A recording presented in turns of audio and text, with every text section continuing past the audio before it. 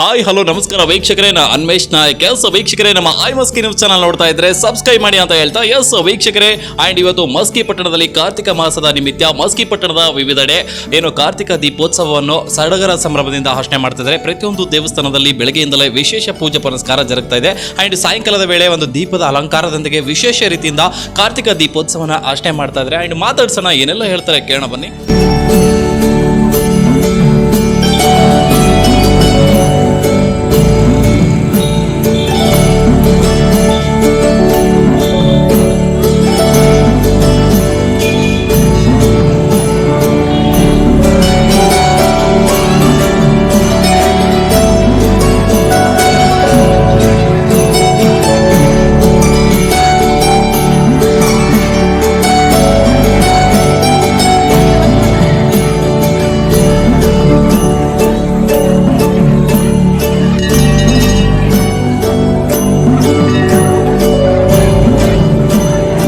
ನನ್ನ ಹೆಸರು ದೀಪಾ ಜಾಲಿಯಾಳ್ ಅಂತ.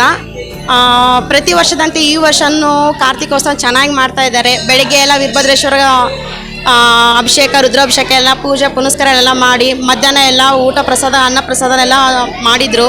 ಸಾಯಂಕಾಲ ಮಹಿಳೆಯರೆಲ್ಲರೂ ಸೇರಿ ದೀಪಾಲಂಕಾರಗಳೆಲ್ಲ ಮಾಡಿ ಚೆನ್ನಾಗಿ ಖುಷಿಲಿಂದ ಆಚರಿಸ್ತಾ ಇದ್ದಾರೆ. ಆಮೇಲೆ ನಾವು ಎಲ್ಲ ಬಂದು ಪಾಲ್ಗೊಳ್ತಾ ಇದ್ದೀವಿ. ಚೆನ್ನಾಗೆಲ್ಲ ಆಗ್ತಾ ಇದೆ. ಬಟ್ ಎಲ್ಲರಿಗೂ ಕಣ್ವೀರಭದ್ರೇಶ್ವರ ಎಲ್ಲರಿಗೂ ಆಯಸ್ಸು ಆರೋಗ್ಯ ಕೊಟ್ಟು ಎಲ್ಲರಿಗೂ ಒಳ್ಳೇದು ಮಾಡಲಿ ಅಂತ ಕೇಳ್ಕೊತೀನಿ.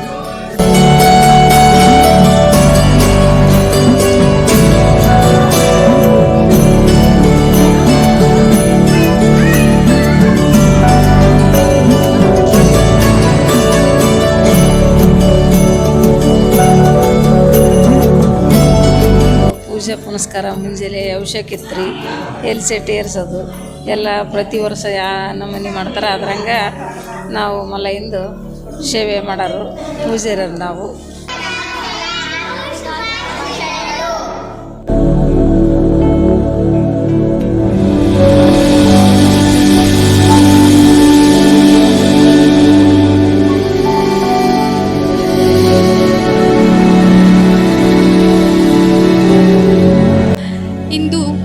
ಇದು ಕಾರ್ತಿಕ ಮಾಸ, ಆದ್ದರಿಂದ ನಾವೆಲ್ಲರೂ ಇಂದು ನಾವು ಜಡೇಶಂಕರಲಿಂಗ ದೇವಸ್ಥಾನದಲ್ಲಿ ನೆರೆದಿದ್ದೇವೆ. ಬೆಳಿಗ್ಗೆ ಎಲ್ಲ ಹೆಣ್ಣು ಮಕ್ಕಳಿಂದ ಮತ್ತು ಗುರು ಹಿರಿಯರಿಂದ ದೇವರಿಗೆ ವಿಶೇಷ ಪೂಜಾಲಂಕಾರಗಳು ನಡೆದವು. ಮತ್ತು ಸಾಯಂಕಾಲದಂದು ಇಡೀ ದೇವಸ್ಥಾನವನ್ನೇ ದೀಪದಿಂದ ಅಲಂಕರಿಸಿ ನಾವು ಕಾರ್ತಿಕೋತ್ಸವವನ್ನು ಅದ್ದೂರಿಯಿಂದ ನಡೆಸಿದೆವು.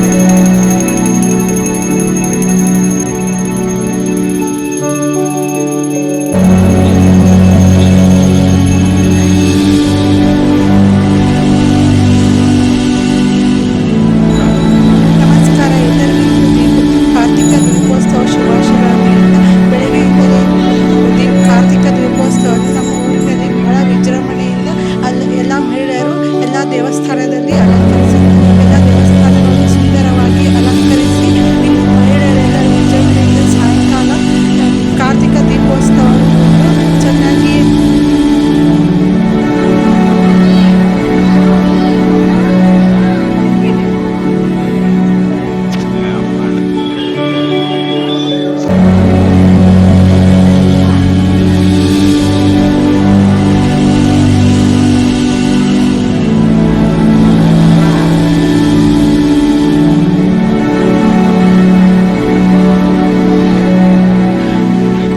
ಎಲ್ಲ ವರ್ಷದಂತೆ ಈ ವರ್ಷವೂ ತುಂಬ ವಿಜೃಂಭಣೆಯಿಂದ ಆಚರಣೆ ಮಾಡ್ತಾ ಇದೆ ಕಾರ್ತಿಕ ಮಾಸವನ್ನು. ಈ ವರ್ಷದಂತೆ ಈ ವರ್ಷವೂ ಎಲ್ಲ ದೇವಸ್ಥಾನಗಳಲ್ಲಿ ಕಾರ್ತಿಕೋತ್ಸವ ವಿಜೃಂಭಣೆಯಿಂದ ನಡೆಯುತ್ತದೆ.